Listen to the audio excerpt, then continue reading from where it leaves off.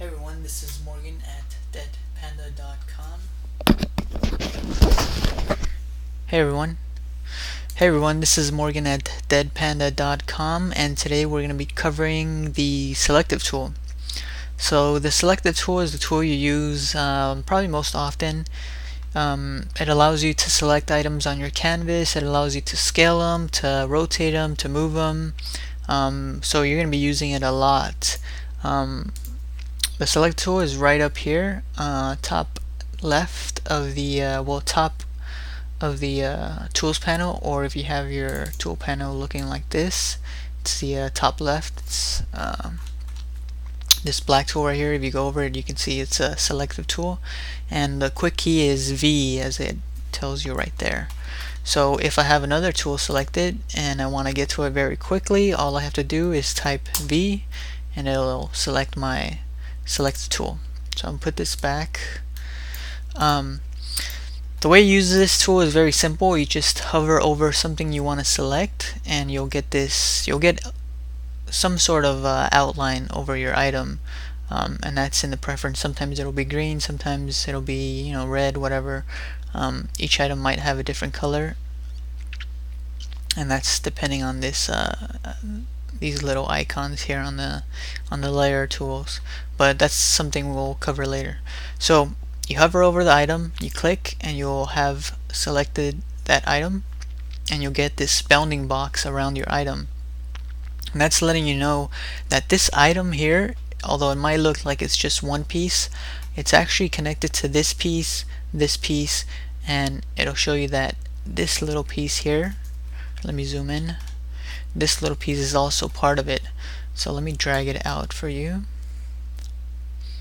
and when you drag it out, right before you let go of it, you'll see this outline. So once I let go of it, it'll move my item right there. So once I hover over, you'll see that even though these are separate parts, they're somehow connected to each other. But the selector tool is just letting you know that this is what you're selecting at the moment. And the reason that's useful is sometimes you'll have things right over each other and you'll think you're selecting that, but you're really selecting something else. So this kind of gives you an idea of what you're actually selecting. So I'll select it once more. Let me zoom out, and you'll see this bounding box that has these anchor points, and it'll have one on each corner as well as one in between. And what those are your controls for this. You can click anywhere on the item and move it around, but if you want to scale it, what you do is you go to this corner here. Let me zoom in once more, and once you hover over that anchor point, you'll notice that your arrow tool will turn into two arrows pointing away from each other, and that's letting you know you're in a scale mode. So if you click and start moving around your mouse while holding down the clicker, you'll see that it's actually scaling. And if I let it go, you'll see that it scaled it. So I'm gonna do Apple Z or Control Z on the Windows to return, and I'm gonna do it once more, but this time I'm gonna hold down Shift, and what that'll do is once I move my mouse around, it doesn't matter where I move it, you'll notice that it keeps my item proportional to the original. So unlike earlier when I moved it and it made everything squished or stretched, holding down Shift will just keep everything proportional, which is very useful when scaling down items. So if I let go, you'll notice that it's the exact same as my original, it's just smaller and it's perfectly in proportion.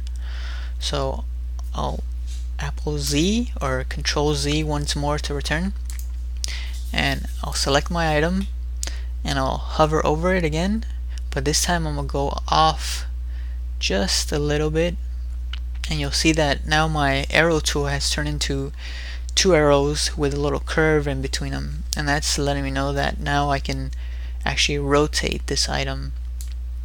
So if I move my mouse around, I can rotate it any way I like, and I can it'll show me a little display of the degree that I'm rotating, and I can just let go and my item is rotated. So I'm gonna Apple Z again to return, or Control Z on a PC, and I'm gonna do that once more. I'm gonna select my item, I'm gonna put my mouse just a little bit off that anchor point, and then this time I'm gonna hold down shift, and what that's gonna do is gonna rotate my item, but only in 45-degree increments. So here is -45, here is 90, 135, 180, and so on. So this is useful when you want to rotate things at a certain degree. Let's say you want to rotate a bunch of things at 45, and then you hold down shift and you can rotate them perfectly. Or if you want to make a star, I use it all the time to make stars. Anything with lots of exact points, I'll use the rotate with holding down the shift. So I'm Apple Z or Control Z again to return back, and then I'm gonna click it once more, and then I'm gonna show you that it's the exact same on these middle ones, and there's really no difference. I'm doing the exact same thing. I'm rotating, holding down shift, and I am scaling. The only difference is scaling, really, because as you can see, this, when I'm holding down this, it's not letting me scale left and right, it's only letting me scale up and down, as opposed to when I was holding the corner, it would let me scale both horizontal and vertical. So that's the difference between this anchor point and this one here. As far as rotation, they both do the same. All these anchor points will do the same. It'll let you rotate any way you like. Control Z, Apple Z, on either one of these. And I'll show you once more on the side ones, and this will only allow me to scale side to side. Even if I move it up and down, it won't do anything, just side to side. And if I hold down shift, it'll do it proportionally, and it'll keep my hard anchor at the other end, which is nice. And that is the arrow tool.